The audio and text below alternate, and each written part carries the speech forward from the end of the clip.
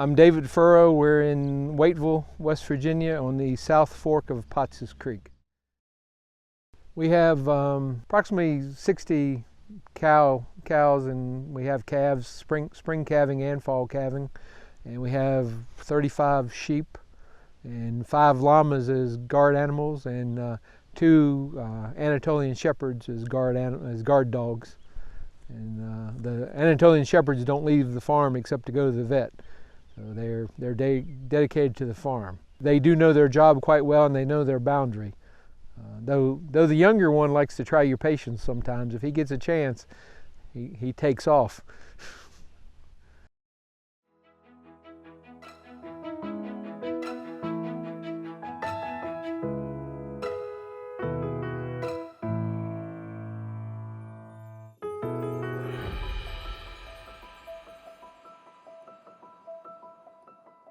Yeah, my dad initially started working with Mike, and we put in 3 or 4 water troughs. He, at the time, roughly this started around 2010, he was against excluding the cows from the creek because he said him and his previous family members had spent a long time getting the creek bank cleared, and they'd like to keep it that way. He didn't want it to grow up on his watch, and so as a compromise, he started with the water troughs. And after the water troughs went in, and I started getting involved, we talked about pasture division fences so we could do rotational grazing, which allows you to keep more livestock than what you could without the rotational grazing, because you can't force the cows to eat every grass, but you can surely force them to eat more grass than they would on their own. It's grown to the point where initially John was just interested in trying to improve the alternative water options he had on his farm for his cattle. And it grew into water development and pasture division fence, as well as rotational grazing and exclusion fence along the creek.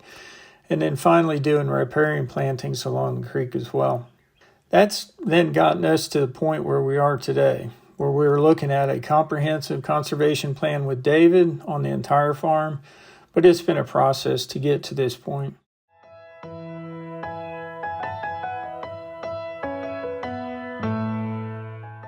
With the rotational grazing, there's a plan, but you got to pay attention to the weather and the conditions and the grass and the cattle about when to rotate. Because you can't say, cows are going to be up here for 3 weeks.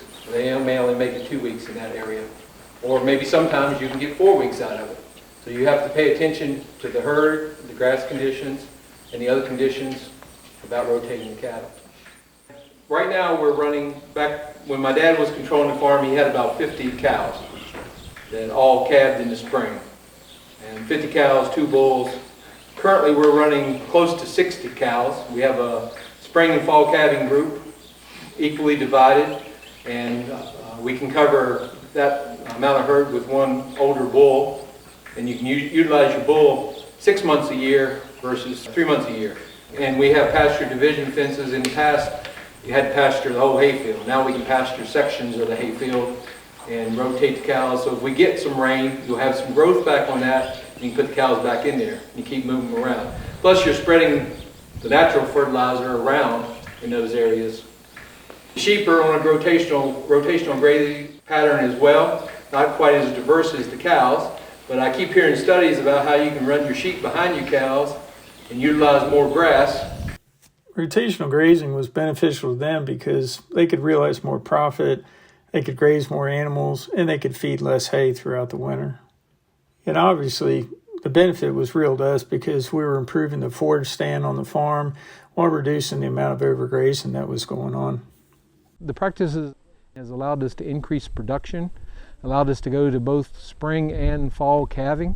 We can handle about 10 more cows or 10 more head than what we could when it was all open grazing. And we can, with the spring and fall calving both, you utilize your bull more often. You can utilize him approximately 6 months a year versus 3, so you get more production from him.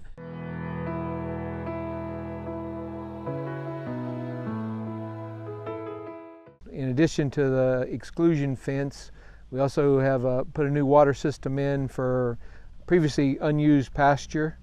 That pasture will be in exchange for what we're losing from fencing the creek off. So when the cows go to the new pasture, it'll be roughly 1-for-1 acre exchange of what we'll be losing in the creek bottom.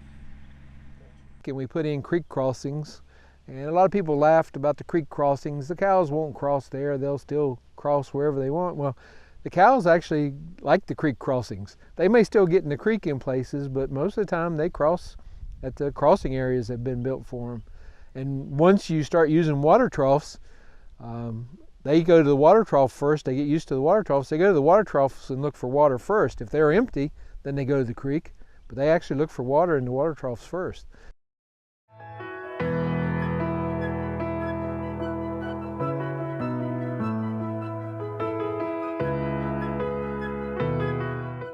I think it's important to check on the status of this James River spiny mussel to make sure they're still here, since they are on the endangered species list. And if people want to come and take a look around to try to find things that might help you in the future or help educate yourself, I always think that's a good thing. And we've always sort of had the understanding that people can come and go, as long as they ask and we know what they're doing.